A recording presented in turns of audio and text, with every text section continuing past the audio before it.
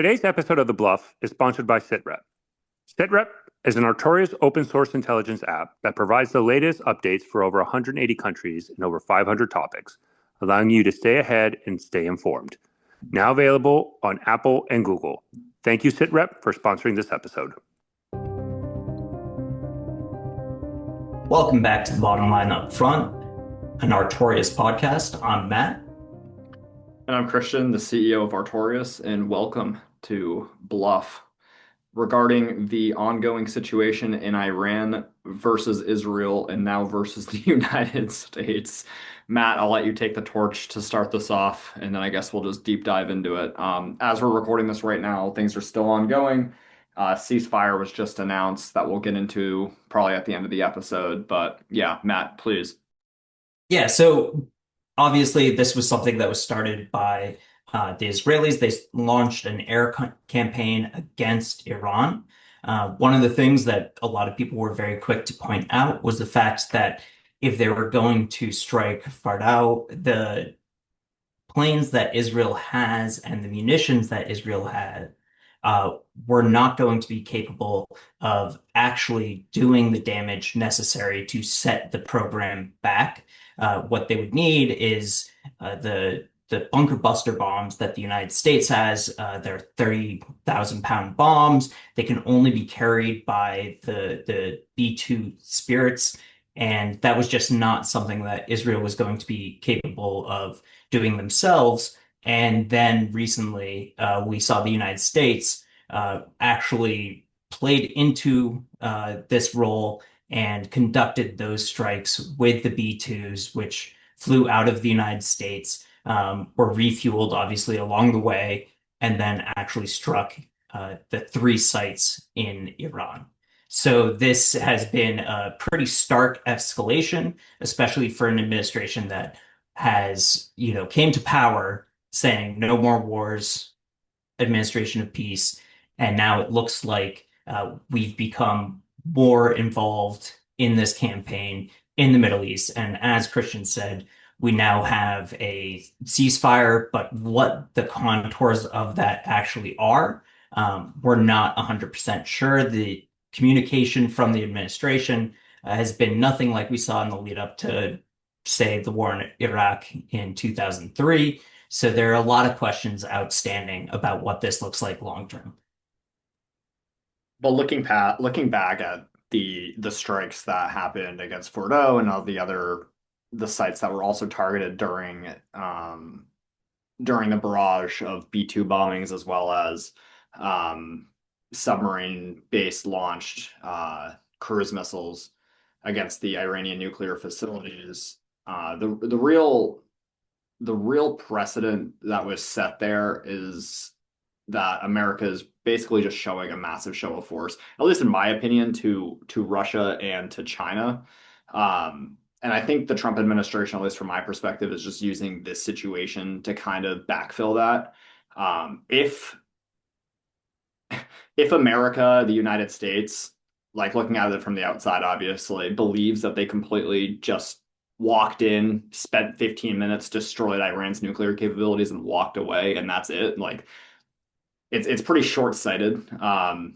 These strikes, even from accounts I'm seeing on like amateur OSINT on X, knew that the B-2 strikes were going to happen 12 to 15 hours before they actually occurred and the president made it known. So to think that Iran wasn't privy to that and privy to the idea that the United States is going to join in and strike the capabilities of Iran's nuclear program, like, it just doesn't make that much sense to me. Like, Iran definitely went in and moved all their nuclear materials out. It's only smart for them to do so. Current estimates lead Iran being able to create a nuclear weapon in 6 months still with the amount of material that they've already created. Yes, will this probably hinder Iran from creating more enriched uranium for future projects? Probably. But as we've seen with a lot of other countries, especially North Korea, is once you have one nuclear weapon, you're pretty much set. Like, you're now locked in a stalemate with the US. The US isn't going to get involved with you. Yes, will they sanction the ever-living hell out of you? Absolutely. But they're already doing that. So for me to look at the situation and see the United States just drop a bunch of bunker busters and be like, okay, wash their hands of it. All right, we're done. Let's jump in a ceasefire. To me, is just it's basically what it looks like is it's a jump in, help my friend out, drop the bombs, call for peace, and I guess buy yourself another day. Matt, correct me if my opinion's completely incorrect here, but at least that's how I'm looking at it from my side.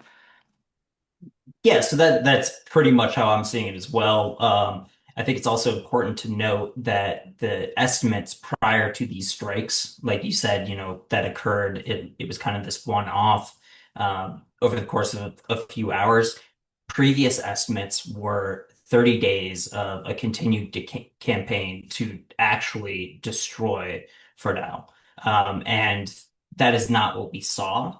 And as you mentioned, a lot of this material was probably moved. And as long as they have access to uranium and centrifuges, they can still enrich this material. The knowledge base is there at this point. Yes, Israel took out some of the scientists, but they can probably replicate that. My understanding was 6 months is sort of on the shorter side, so there wasn't this immediate need as it was painted by Israel, or as a lot of the folks within the Trump administration have been echoing. It was 6 months on the short end, but it could be as long as 3+ years for them actually to figure out the weaponization, getting it on a warhead. The intel that Israel shared that the United States was not 100% sold on, according to reports, was researching of a trigger mechanism. So they don't even have that. So the immediate need to conduct these strikes as, to prevent some sort of imminent threat really was not there. And so it will be curious to see what this looks like in the long run. Um, I'm always more worried about what this means long term for the, AFRICOM or CENTCOM footprints, and when are we going to see retaliation? Because I think a lot of people aren't necessarily going to draw a straight line between what has just happened and when we do see retaliation, because it's probably going to be asymmetrical. Because obviously Israel has the capability, the United States has the capability of intercepting a lot of the munitions that Iran has fired since. They obviously evacuated a lot of the personnel from the base in Qatar, but that is not really where I'm thinking we're going to see a true retaliation. It's kind of like what happened after Soleimani. And even in the case of Iran striking uh, US forces in Iraq after Soleimani, we still had 100+ service members who suffered these traumatic brain injuries, which is not just a headache. Those are serious injuries. Yeah, and like long term, I don't see anything coming of this since the regime basically is still mostly intact. Yes, there's been a lot of killings, a lot of scientists have been killed and so forth, but the uh the head of Iran and the Revolutionary Guards are all pretty much intact at this stage. And yes, Israel's attempting to dismantle that as much as possible. But now with this ceasefire in the coming hours, it's kind of looking at it like, all right, well, they're just going to be able to reman here and refigure out their positions. Um, and long term, I don't see much being changed besides the nuclear program being slowed down. But is this B-2 bombing as effective as Stuxnet?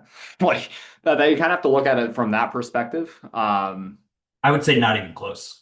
Exactly. So like coming from like the shock and awe standpoint and value is yeah, it looks great militarily that we were able to strike a sovereign country that supposedly has air defenses.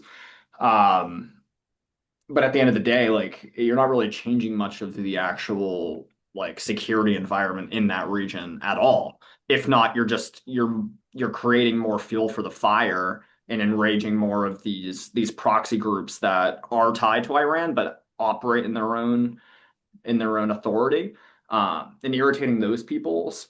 Like you're just opening up more potential attacks against U.S. bases, and and so on and so forth for really no like strategic gain at the end of the day. This is the largest bubbling up, I would say, since the 80s between Israel and Iran. And like I think we've learned our lesson with North Korea, at least I would think so, as a US citizen, um, to prevent nuclear weapons from falling into bad actors that are just going to use them basically for immunity to do whatever they want. Um, and Iran sees that, and Iran's gonna race, and even if they don't have the capabilities of creating a trigger device or whatever, they're still gonna race in whatever way they can to develop something that can be resembling a nuclear weapon to give them that immunity. I don't think the U.S. will strike on that, and if that is the strike and that's the precedent set, what are we doing with North Korea? At the end of the day, it's the exact same situation. It's just played out a little differently in history. I think like hindsight looking at it, I don't see the ceasefire lasting. I don't see Israel throwing their hands up. I mean, we've seen this. I'm still very hawkish on the idea that Bibi needs war to keep himself in power, and he's going to do whatever he can to do that. And this is a prime opportunity for him to keep everything going in his direction. So I don't know, Matt. What's your opinion on Israel actually following through with this? I mean, I think this is kind of a stopgap. I'm kind of the same mindset because now we have just given motivation to Iran to continue and probably accelerate this program. And it's important to keep in mind that at one point with the JCPOA, whatever, people want to say about that, it was being followed by Iran, and it did pause the nuclear program. And that is actually something that Trump expressed interest in sort of replicating. And this idea that this was some sort of master stroke by the Trump administration, I don't believe that for a second, because we hear people saying he gave them 60 days, but it's important to remember that they had scheduled meetings with Witkoff on the 63rd day, just before Israel struck. It does not seem like this was truly coordinated. And now there is this discussion about regime change that Trump himself, after a lot of messaging from his own administration, came out and suggested was on the table. And you can't put that back in the bag. You can't say something like that and expect the regime in Iran to not take that seriously. And speaking of that, if there is actually regime change, what comes next? That's the big thing. We saw this with the protests in 2022, and I was always very cautious with those because at the end of the day, if we do see the regime fall, it is the people with the training and the weapons who are most likely to fill that vacuum. And that is probably going to be members of the IRGC. And I don't think that makes anyone safer in the long term. And I definitely want to talk about eventually sort of the second and third order effects that we might see from this, especially through, semi proxies. But I mean, what do you see in terms of like the potential for regime change?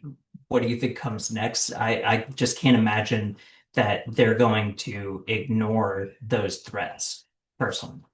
No, I don't think so. I don't think so either. And I think it's kind of a twofold situation. I think that if I was looking at this from the perspective of top brass generals and CIA and Mossad and obviously the council that's in Israel. I see regime change as a necessary evil that needs to take place.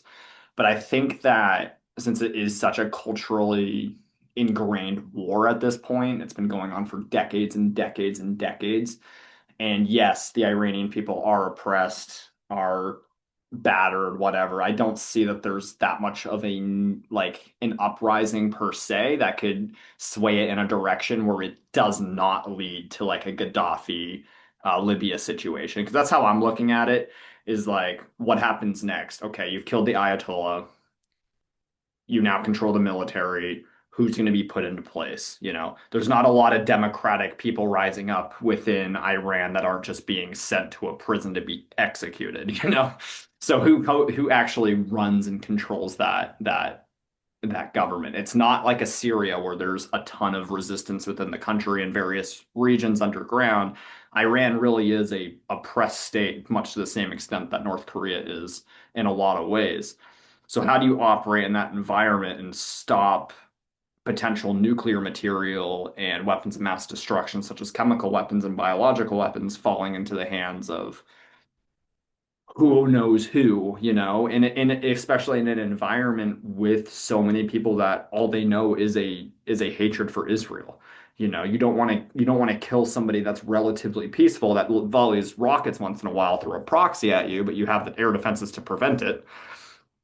To then find somebody that's like willing to rise a population up to like storm Israel on ground.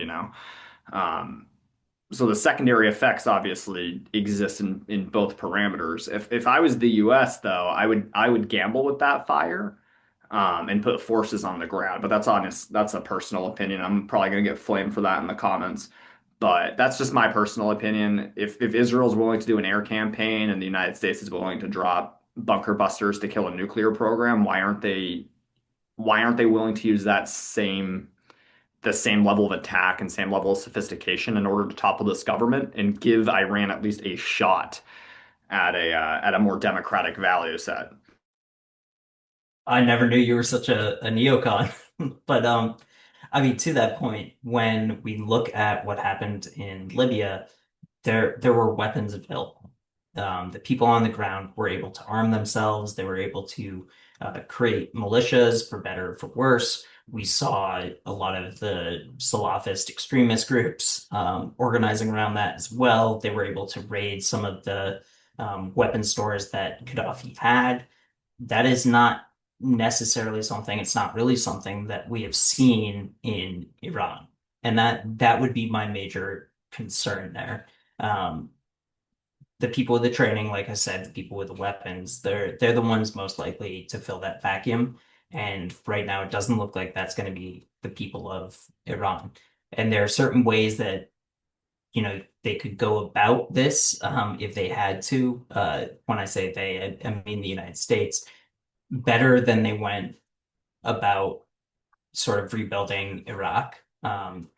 Because what we saw there was the Sunni population basically boycotted the 2005 elections and set Iraq into a path of retaliation. And we saw what these or what Al Qaeda in Iraq did, sparking this civil war. I think that's less of a threat in Iran in the long term. What I'm really worried about is the use of these proxy groups, semi-proxies, as I would say the Houthis are, because I don't see the Houthis as a full-on proxy. I think it's nothing like Hezbollah. They have their own issues that they are concerned about, their own grievances, and we already know that organizations within Somalia, Al-Shabaab or the Islamic State in Somalia, are interested in receiving drones and training on drones to probably attack the United States. And a lot of people might not be aware of the footprint of the United States in Africa, but there are a significant amount of soldiers at Baldogle Air Force Base or airfield, which is about 90 kilometers to the northwest of Mogadishu. And there are soldiers in Kenya at Camp Simba. And Camp Simba was attacked about 5 years ago by Al-Shabaab over the border into Kenya, killing one contractor and destroying millions of dollars worth of equipment that was tied to the Warfighter Recovery Network and the contractor AVEX.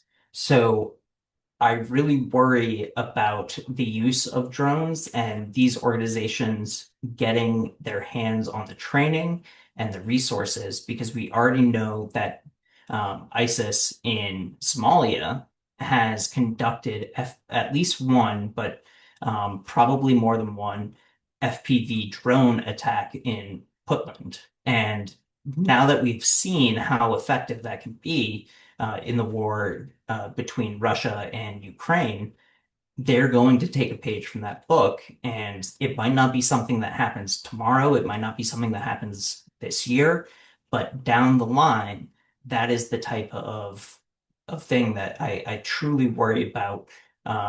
That type of retaliation. I also think, you could see the downing of an airliner or an attack on tourists in Israel. But my worry is that people are not going to draw a straight line between the actions that were just taken and the eventual reprisal, because I'm fairly confident that we will see some sort of reprisal. Yeah. So that being said, then, do you think the United States' stance is too weak right now with the ceasefire proposal that, as we're recording this, is in effect as of 5 minutes ago? Or do you think this is the right call to let things simmer, to reassess, let all the all the agencies under the sun try to assess whether or not it's worth taking out the Ayatollah and restructuring the government and proposing kind of an uprising, if you will? Um, what's your overall take on that? Obviously, you know mine. Honestly, I wish we had more information. A truth from Trump does not make me feel any more confident in the ability for this to be a lasting solution. The communication in the lead up to this was lacking, and I feel like the communication about the ceasefire was also lacking. And, I think there's going to be concern within the administration about just how these strikes played out. And as you mentioned, there's a very good chance that this material or a lot of this material was moved prior to the strike.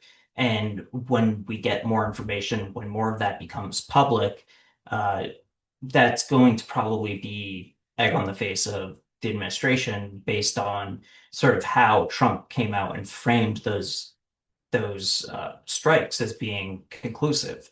So what happens next? And no one really knows, but there was talk just yesterday about regime change, and it's just very difficult to sort of read this administration and what those next steps might be. And it kind of reminds me of that quote from a German general, which was the United States is so hard to fight against because if they don't know what they're going to do next, how do we know what they're going to do next? And right now, I feel that very deeply. Yeah, and honestly, like this entire situation has gone completely against what the common belief was for war gamers of the situation. Like the Strait was never touched. The response from Iran was very small. Honestly, the response from the United States was even smaller. It's just like a giant nothing burger, like through and through. And I know we're all trying to extrapolate as much information as possible from it, but at the end of the day, it seems like there's a lot of back channeling, even between Iran and the US on the situation. And when there's back channeling, obviously there's not room for miscalculation and really that much escalation. Um, but also with the amount of back channeling that has existed and the amount of signaling that happened before the strikes that the US perpetrated, like we circle right back to the conversation that Iran has definitely moved off their nuclear materials. So again, what is next? Um, the way that Trump has made it sound and other people in the administration is this was a one-off event and it's not going to happen again. And I mean, we've seen that through and through. Um, to say the US isn't helping intelligence-wise on strikes within Iran would be foolish to say, but we're definitely not using our own aircraft or refueling platforms for the help of Israel. And we only did do those strikes with those B-2s and a few support aircrafts. Um, so I don't see the US doing anything further unless it is an absolute escalation and it is the toppling of the Iranian regime. If this had happened prior to COVID, under the Trump administration, I believe that we would have saw the Ayatollah get wiped out and pretty much immediately. But I think that right now the entire Trump campaign of running on the idea of pro peace and pro prosperity, especially with the economy and the shambles it was, and the initial shock to the oil prices before this happened, because again, what happened is complete contrary to what everybody believed. Everybody believed that the Strait of Hormuz was going to be impacted pretty much immediately when something like this kicked off, and it just wasn't. That shock in oil that happened immediately, I think, was a wake-up call to the admin as well to be like, okay, we're going to lose a ton of support internally, domestically in the US if this escalates and prices of things that are already extremely high even get higher. So I think Iran was like literally in the most Goldilocks position possible for this situation to occur in the way it did. Um, I think it was kind of left field in a lot for a lot of analysts when Israel decided to start just pummeling Iran in the nature that they did. Um, I think everybody thought that after a few months ago when Iran and Israel were volleying missiles at each other, that little for that 1 or 2 days that was going to be like pretty much the one and done spark, and it's going to go back to how it was post 1980s, and everything was just going to be a lot of words but no action. So it was kind of left field when this happened. Um, so yeah, I just all in all, like Iran just left and right, just win after win after win in this situation from my perspective. And I think Israel's seeing that in again, still striking because of that. Yeah, I will say I was taken a little bit off guard by those strikes, especially because I expected it to be more coordinated with the United States. I knew it was, part of the roadmap. I knew it was on their radar, but like I was saying, the majority of the Air Force in Israel is fighter planes. They do not have the capability to deliver the ordnance to actually like truly set back the Iranian um, program. So the fact that they went it alone, if I was in the Trump administration, honestly, I would be annoyed by that. Like that's kind of a slap in the face. Yeah, I agree 100%. I really do. Um, Again, though, like looking forward, I'm not exactly sure what happens next. Do you believe the ceasefire will continue? Because I personally don't, especially with my comments previously about Bibi. Like, I don't see this lasting at all. None of the other ceasefires that the Israelis have signed in the last 2 years have ever went anywhere. Sorry about that. I'm not sure if the audio picked up the sneeze, but yeah, no, it's we've seen this in so many different conflicts where there is the rollout of a ceasefire, and a lot of the times it tends to be temporary. And we haven't seen the contours of this specific ceasefire. And like I said, the communication around it has been lacking. And I think you bring up a good point for Bibi. It's a matter of sort of survival. I think that is one of the reasons that we have seen the war in Gaza continue the way it has, and why he was looking for sort of another stopgap to keep himself in power, to keep himself important, because he is facing charges in Israel as soon as he steps down.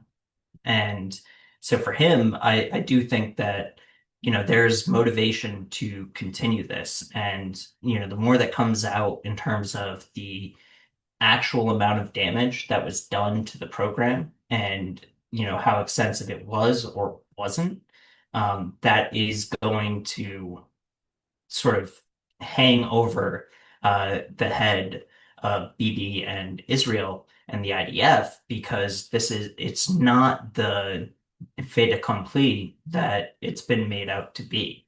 Um, so yeah, as we gain more information, I think there's going to be increasing pressure from Israel to draw the United States in and try and finish the job. Because again, as long as they have centrifuges and material, they can continue to enrich the uranium. And my biggest fear is that this goes underground. It's kind of like what you were saying with North Korea. the motivation for Iran to now develop a weapon is much greater than it was, 2 weeks ago. And honestly, if I was in the IRGC right now, you know what exactly I'd be doing right now, Matt? I'd be reaching out to the fucking Russians and doing the same deal that North Korea is doing them right now. Let me send you 50,000 conscripts and you guys help us make the trigger device we need to make a bomb. Like that's exactly what I would be doing if I was the Ayatollah right now. And I know the foreign minister traveled to Moscow, I believe at yesterday at this point, now it being 8 p.m. Eastern.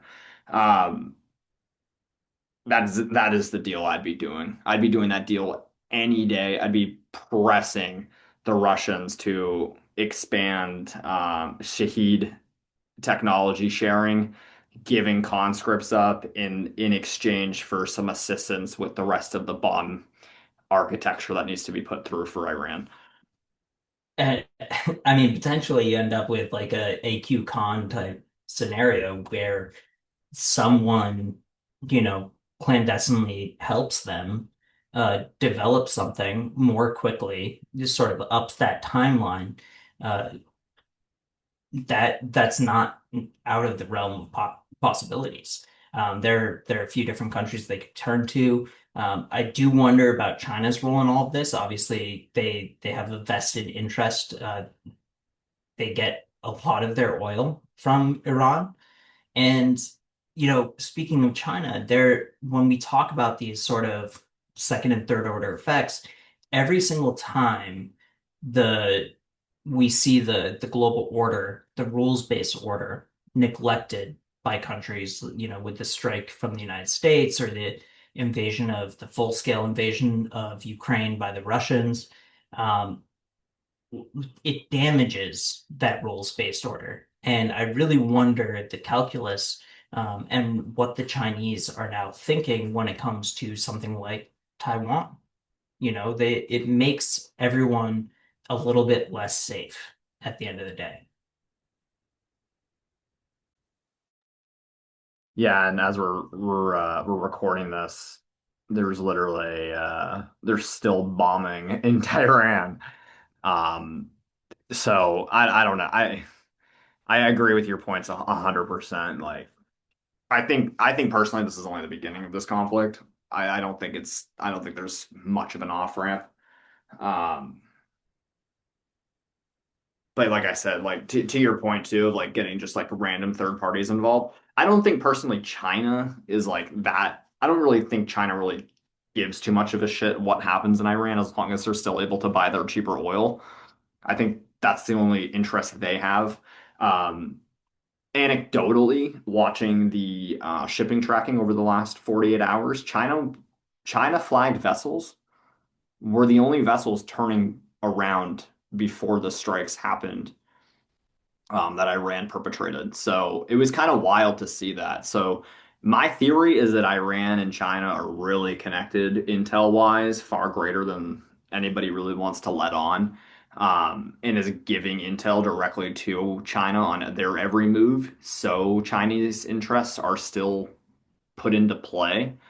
Um, Ironically, and I don't know if you know this, Matt, there was a Taiwanese vessel, completely off topic, but I'll add it into this episode anyways. There was a Taiwanese vessel that changed their flag registration while they were in the strait and turned around to Chinese fucking flag to hopefully prevent themselves from being bombed if Iran went for the strait, which was really cool to watch. Yeah, that's straight up pirate stuff right there. But yeah, no, I do. I think China has a vested interest, and I just wonder, like, all of this stuff is so much more complex than what we're seeing in terms of communication from the administration, and I just want to see more from them. Again, the contours of the deal, like I want to see more of it outlined, and without that, I'm kind of in the same camp as you. I think Israel has, especially Bibi, has this interest in continuing this conflict. And so, what's going to happen in the next week or 2 weeks um, can't really be sure, but I don't think that this is going to be a lasting piece. Yeah, I think it falls apart pretty quickly. I honestly, I think it falls apart pretty quickly. I think I honestly like I wholeheartedly still believe in the mantra that Trump is doing whatever he can to get a Nobel Peace Prize. The Pakistanis just went through with nominating him as their preferred candidate, which is wild to me regarding the India Pakistan situation. I think this is a way for Trump to get involved in a conflict just enough where he can pull the card to be like, "Hey guys, this is the deal. We should sign this now, and let me get my award, then you guys can bomb the shit out of each other after." At least that's how I'm looking at it. I know it's probably a greater calculation than just that, but to me, it's I'm not sure it is, to be honest. yeah, I don't know. This admin confuses me. It makes me question the own reality. Like Trump making a post yesterday about how if Iran even begins to retaliate, lifts their finger that there will be a regime change, yet Iran retaliates and it's all right, now you got it out of your system. His words, not mine. Literally said that on Truth Social. Now that you got it out of your system, it's time for peace. And then announces a peace deal. It just doesn't add up. Like I'm always in the and I argued with people all day when the B2s took off. I was like, this is the strike, this is the strike. People on Twitter just going left and right at me. That's not true. Tankers wouldn't be showing up on flight radar, et cetera, if these strikes were happening and this wasn't just a movement. I'm like, people don't move such large explosives like that for relocation. They put that shit on a C-17 and they fly it, dude. Like they're not loading all of these B2s up just for the hell of it to then relocate them to Guam. This is not how it works. And I also been arguing left and right about how this whole situation is just one big ploy for Trump to get a Nobel Peace Prize. Um, but yeah, I digress. Well, and that's the thing. Like, why would people be saying that the tankers wouldn't be showing up on radar? We saw that, and we continue to see that with the war in Ukraine. Like the tankers aren't necessarily in danger, and the United States has plenty of them. So that would never cause pause, from my perspective, to think that, those weren't going to be utilized just because they were showing up on flight radar. What I do think is interesting, talking about, the flight of the B2s and the tankers, the fact that the GCC, the Gulf states, didn't allow the use of their airspace. I think there's a legitimate concern with a lot of those countries that if Iran is backed into a corner, then, if they don't see a way out, it wouldn't surprise me if eventually, if this continues, that you might see strikes on, Saudi oil fields or something along those lines. And that I think to them is a major concern. And if you look at Qatar, for example, they have the South Par and North Dome. They split an oil field, natural gas field with Iran. So there's a vested interest, as much as those countries do not like Iran, they are not backing this sort of action by the United States or by Israel. And I think it's undermining policy in the greater Middle East and with some of our allies in that region. Um, what we've just done sort of could be taken as an insult to some of those countries, because we won it not unilaterally, but it was the United States and Israel, and that's why those planes were flying through Iraqi and Syrian airspace and not through the KSA or Saudi Arabia. Yeah, no, I agree entirely. It was very shocking to me today when the KSA backed Qatar openly after Qatar's foreign minister came out and said that Qatar has the ability to defend itself and will defend itself under Iranian attack. And Saudi Arabia came out and defended Qatar, which was absolutely wild to me because Saudi Arabia has been very, very quick to not be, I wouldn't say defensive on Iranian policies, but like more or less how China is with it, which is like, oh, let them do their thing, guys. Everything will be okay. And like seeing Saudi Arabia just completely like 180 basically after bombs were falling on Qatar was a surprise to me. But I think that's also just a show of soft power from Saudi Arabia in the region to try and kind of decouple themselves from the United States and China to the best of their abilities to be their own superpower. Um, and to your point, Matt, the more that that happens, unfortunately, the less play the Israelis and the US that are not even from a military perspective or like a social perspective, but more or less like a fundamental uh, ideology perspective is vastly different than most of these Gulf states. Like these are Muslim countries. The Iranians are very Muslim. No matter what sect of Islam you're a part of, like you can still believe in the Islamic State per se. And Saudi Arabia is kind of becoming that for that region. And the more that this happens, the more there will be a call, at least in my opinion, for Saudi Arabia, the UAE, and et cetera, more focus on the UAE specifically, to start developing closer cooperations with fellow Gulf states in creating kind of their own defense pack, if you will, creating their own munitions, creating their own weapons, and becoming their own like homogenized um, defense state, much to the same extent that the EU is.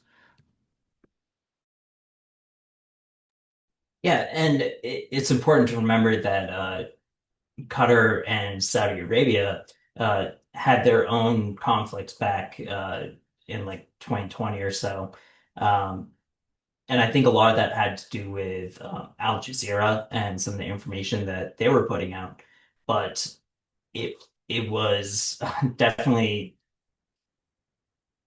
it indicated that there is some beef between those two countries and they don't always see eye to eye. And it's also important to remember that Saudi Arabia sort of has their hands full to some extent with the situation in Yemen. Obviously, that's not the same type of hot war that it was a few years ago. Um, but that brings me back to the idea of the drones, because that is something that the Houthis used to reach out and touch the oil fields in Saudi Arabia. And that is something that we could see potentially flare up again if Iran and the Houthis were so inclined. So it's not as simple as it's being portrayed right now in the media or by the administration in the United States. And I'm really also confused by sort of the reaction that we've seen from the European countries. So I think that is something to keep an eye on. Yeah, I agree entirely. It's definitely something to keep an eye on. I think a lot right now can kind of be weighed kind of in that same thought process. I think this is too early to really assess whether or not it holds. Like I said, I'm still pro on the side that it doesn't. But yeah, I mean, we'll update probably in the next week or so. If something major happens, we'll obviously make another episode. Um, yeah, I mean, it's kind of where things are at right now. It's a lot of uncertainty. All three of the sides are kind of playing their own tune. You have the Israelis basically coming out saying that a lot of the negotiators are still not in place for like the prerequisites for a ceasefire to happen. You have the Iranians saying that there is no ceasefire, literally verbatim. There is no ceasefire, but we'll stop firing when you stop firing. And then the US basically full peace, peace, prosperity, everything's fine, guys. We didn't just completely lodge some of the most capable munitions on Earth at you. But yeah, Matt, if you have any further comments or anything, I'm No, happy. I But think that's a good place to sort of put a pin in it. There's so many different facets to this that could be explored at length, but right now I think that's a pretty good update on the current situation. And, obviously we will continue to track this. And, I imagine that the next few episodes will be examining this from different angles. So thank you so much for joining us, Christian. This has been the bottom line up front, and we will talk to you again soon.